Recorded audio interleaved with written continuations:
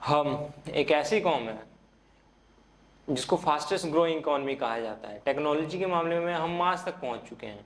हमारा इतिहास 5,000 साल से भी ज़्यादा पुराना है, लेकिन अभी भी एक क्वालिफाइड दलित इंजीनियर को अभी तक प्रमोशन नहीं मिलता और हर 1 घंटे में 20 लोगों की मौत हो जाती है एक हाईवे पे। आखिर ये किसकी जिम्मेवारी है? क्या ये सिर्फ सरकार की जिम्मेवारी है या फिर हमारी भी है कुछ?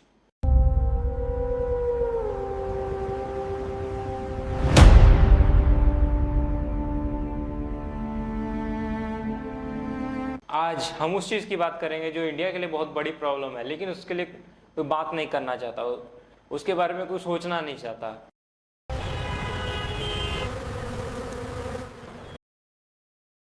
तो शुरू करते हैं सबसे एक सिंपल चीज़ से, जिसके बारे में कभी किसी ने सोचा नहीं या फिर कह लो हमको ज़रूरत ही नहीं पड़ती।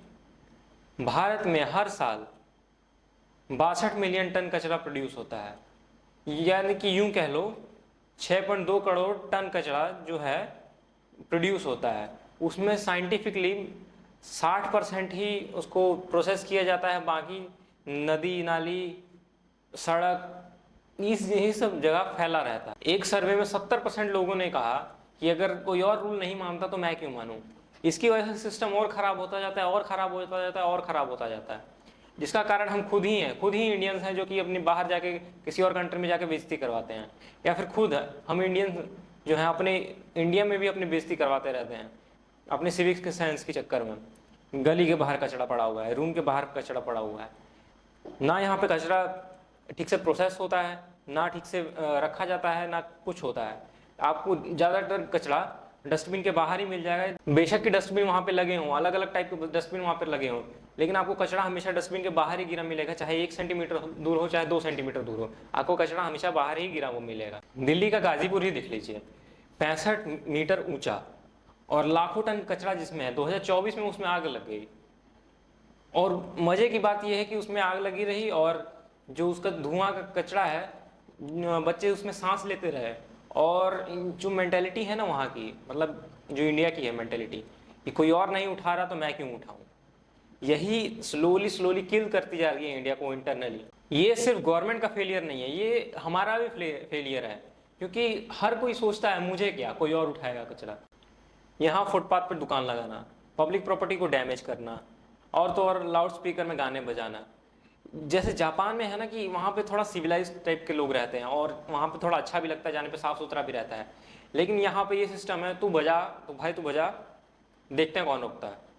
देखो ये वाला जब तक सिस्टम रहेगा, देखते हैं कौन रोकता है, तब तक सिस्टम और डे बाई डे किल होता जाएगा। और एक टाइम पे ऐसा टाइम आएगा जो इंडियंस है ना वो कचरे के लिए ही जाना जाएगा। अगर नहीं विश्वास है तो ट्राई करके देख लेना एक बार, कोई भी वीपीएन यूज़ करना, साउथ कोरिया की लोकेशन डालना और उसके बाद इंडिया का नाम सर्च करना गूगल पे। बेसिकली तुमको सिर्फ कचरा ही दिखेगा वहाँ पे।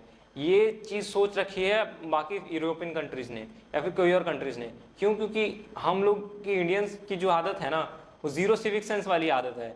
एक ट्रेंड बीच में चला था ज़ीरो सिविक सेंस, वो हर इंडियन के बीच में बसा ही हुआ है। और ये चीज़ हमको नॉर्मल लगती है कि कचरा इधर फेंका हुआ है उधर फेंका हुआ, ये चीज़ हमारे लिए नॉर्मल है, लेकिन ऐसा होना नहीं चाहिए। तो देख भाई, ये जो सिविक सेंस है ना, ये कोई ऑप्शनल चीज़ नहीं है कि हम फॉलो करें ना करें, इससे कोई फ़र्क नहीं पड़ता। फ़र्क पड़ता है, बहुत ज़्यादा फ़र्क पड़ता है। जब साल में 1.7 लाख लोग रोड से ट्रैवल करते हैं और कचरा जो है रोड के साइड में पड़ा रहता है, स्मेल करता है, उससे बीमारियां निकलती है, बहुत सारी चीज़ें आती हैं उससे। तो सिविक सेंस कोई ऑप्शनल चीज़ नहीं है, इसको हमें फॉलो ही करना चाहिए। और हम रोज़ तभी फॉलो करते हैं जब हमको पकड़े जाने का डर होता है, कोई चीज़ खोने का डर होता है। जैसे कि हम पकड़े गए तो हमको फ़ाइन देना पड़ जाएगा, तो यही सब चीज़ के लिए हमको डर रहता है। और हमको कोई प्रॉब्लम नहीं है कि सिविक सेंस कहाँ गया कैसे है, कोई दिक्कत नहीं है हमको, बस जैसे है हम उनको पड़े रहने दो। अच्छा चलो ठीक है, एक और चीज़ कर लेते हैं, वही जो हम डेली करते हैं, driving. Ministry of transport and road के हिसाब से 2024 में 4,90,000 के करीब एक्सीडेंट हुए, रोड एक्सीडेंट, और उसमें 1,80,000 लगभग लोग मरे। यानी कि लगा लो आप हर घंटे 20 लोग। ये छोटा आंकड़ा तो नहीं है, हर घंटे अगर 20 लोग आदमी मर रहे हैं, ज़्यादातर 70% चांस है कि ओवर स्पीडिंग की वजह से उनकी डेथ हो रही है। और जो पूरा वर्ल्ड का व्हीकल क्राउड है इंडिया में सिर्फ 1% है, और ओवर स्पीडिंग की वजह से डेथ रेट 70% है यहाँ पे। Wrong side driving, red light jump करना, रॉन्ग लेन, कोई रूल फॉलो ना करना, ट्रैफिक लाइट को फॉलो ना करना, ये सब कोई रूल थोड़े हैं, बस ये जस्ट एक साइन है जो रोड पे वैसे ही लगा दिए गए हैं। इसी की वजह से मोस्टली एक्सीडेंट होते हैं, क्योंकि लोग रूल फॉलो करते नहीं है। रूल आदमी तब फॉलो करता है इंडिया में जब उसको पता हो कि फाइन लग जाएगा। आपने नोटिस किया होगा स्पीड कैमराज के अराउंड लोगों की स्पीड बहुत कम होती है, 50-60 इसके करीब होती है, अगर मैक्सिमम स्पीड 60 हो तो उसके अराउंड आप देखोगे, उसके आगे पीछे अगर आप देख रहे होंगे तो तुमको पता लग जाएगा कि जो उसकी स्पीड होती है 80-90 से नीचे नहीं होती है। वो जाके ब्रेक मारता मारता लेके जाता है उसके पास में से, ताकि चालान ना कट जाए। और हिट एंड रन का केस तो ऐसे है कि क्या बताएं, उसके जहाँ देखो वहीं इस चीज़ का केस आ जा रहा है। तो आदमी हिट करता है और भाग जाता है। आखिर उसको डर किस चीज़ का? डर है दो चीज़ का, एक लीगल डर कि केस हो जाएगा उसके ऊपर, और एक और डर पब्लिक का डर। दोनों का डर है उसको, तभी वो आदमी को ऐसे ही पड़ा हुआ छोड़ के निकल जाता है कि आदमी को कुछ भी हो वो निकल जाए अपना चुपचाप। एक सर्वे में पूछा गया कि आपने क्या कोई ट्रैफिक नियम कभी तोड़ा है, तो 90% लोगों का जवाब था कि हाँ मैंने तोड़ा है। और 10% का भी यही होगा कि मैंने तोड़ा है, लेकिन उन्होंने बताया नहीं। क्या आखिर क्यों ही कोई अपनी गलती बताएगा? और हम जैसे लोगों की वजह से जो 1,80,000 लोग 2024 में गुजर गए, वो भी किसी की फैमिली का हिस्सा थे, वो भी किसी की फैमिली के बेटे थे, या फिर फादर था उनका कोई कुछ, या फिर कुछ था, या मदर भी थी उनकी। 1,80,000 लोग तो ऐसे ही चल गए हम लोगों की वजह से, ओवर स्पीडिंग करने के चक्कर में, शौशेबाजी के चक्कर में, वो तो ऐसे ही निकल गए। अब आता है एक मेन चीज़ जिसके लिए हम इक्वली जिम्मेदार हैं, करप्शन।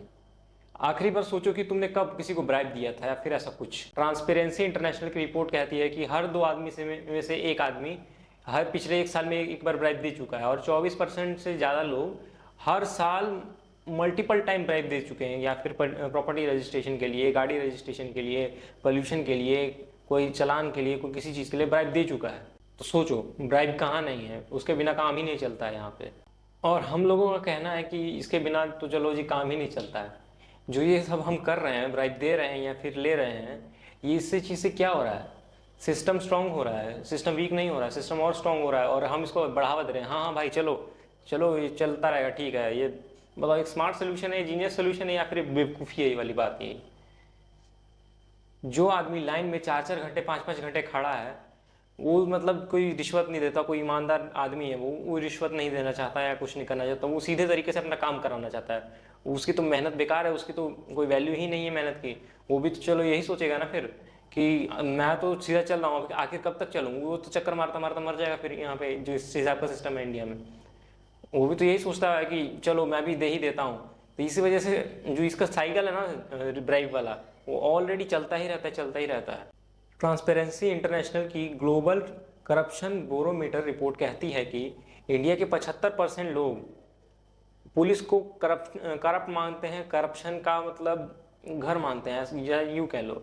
लेकिन फिर भी उन्हें वो ब्राइब देते हैं या फिर उनसे ऐसा कुछ काम करवाने की कोशिश करते हैं, क्योंकि वो जानते हैं फिर या तो काम रुक जाएगा या तो काम होगा नहीं।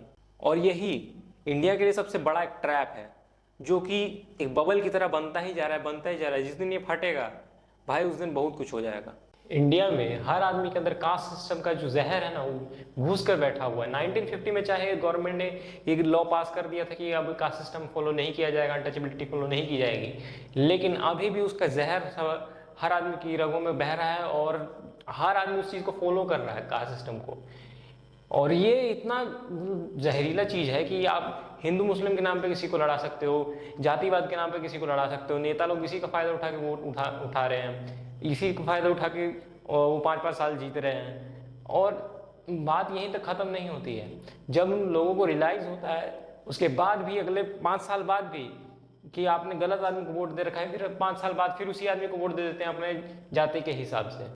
इंडिया का एनवायरनमेंट इतना पोल्यूटेड हो चुका है कि आप मैप अगर देखोगे, AQI अगर सर्च करोगे, तो पूरे वर्ल्ड का मैप आपको थोड़ा साफ भी दिख जाएगा कहीं ना कहीं, लेकिन इंडिया पूरा लाल हो चुका है, लाल पीला ऐसे करके आपको दिख जाएगा। मिनिमम ही चांस है कि आपको कोई ग्रीन जगह उसमें दिखेगी जिसका AQI बढ़िया होगा, ठीक होगा, जीने लायक होगा, ठीक है। और प्रॉब्लम ये नहीं है कि AQI बढ़ रहा है, प्रॉब्लम ये है कि AQI बढ़ ही इतना जा रहा है कि उसको कंट्रोल ही नहीं कर पाया जा रहा है। गवर्नमेंट दिल्ली गवर्नमेंट ये कर रही है कि AQI के मीटर के सामने पानी छिड़का रही है, कह रही है इक्विपमेंट को हमने 400 पे मेंटेन करके रखा है। ये हाल है यहाँ के। और देश पूरा डरा हुआ है इंटरनली, सबको पता है कि इन्वायरमेंट खराब है तो हमारी हेल्थ पे असर पड़ेगा। लेकिन किसी को घंटा कोई फर्क नहीं पड़ता है। गवर्नमेंट अपने अपने मस्त मजे में सो रही है और जो पब्लिक है वो अपने अलग मजे में है। तो इसका इफेक्ट तो आने वाली जनरेशन के ऊपर पड़ने वाला है, जिसका कोई कसूर भी नहीं है। आखिर इसके जिम्मेवार कौन है? इसके जिम्मेवार हम खुद हैं, जो नेताओं को वोट देके हम अपनी गद्दियों में बैठाते हैं। नेताओं को क्या फर्क पड़ता है, उनको सिर्फ अपने बच्चे प्यारे हैं। और हम जब तक बदलाव की शुरुआत खुद से नहीं करेंगे तब तक कुछ नहीं होगा।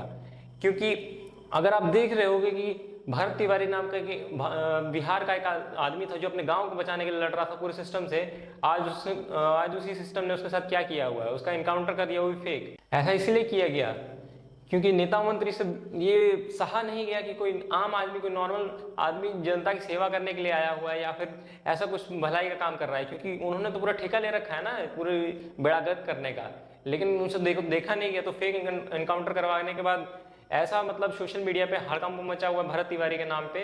अगर 2-3 दिन पहले आप नहीं भी जानते होगे उसको, तो बिहार न्यूज आप सर्च करोगे तो आपको भरत तिवारी का नाम ही ऊपर दिखेगा। उसकी जो फेसबुक लाइव है वो आपके हर आदमी के इंस्टा के फीड पे चल गई होगी। आखिर ये कब तक चलेगा? जो सिस्टम की मनमानी कब तक चलेगी?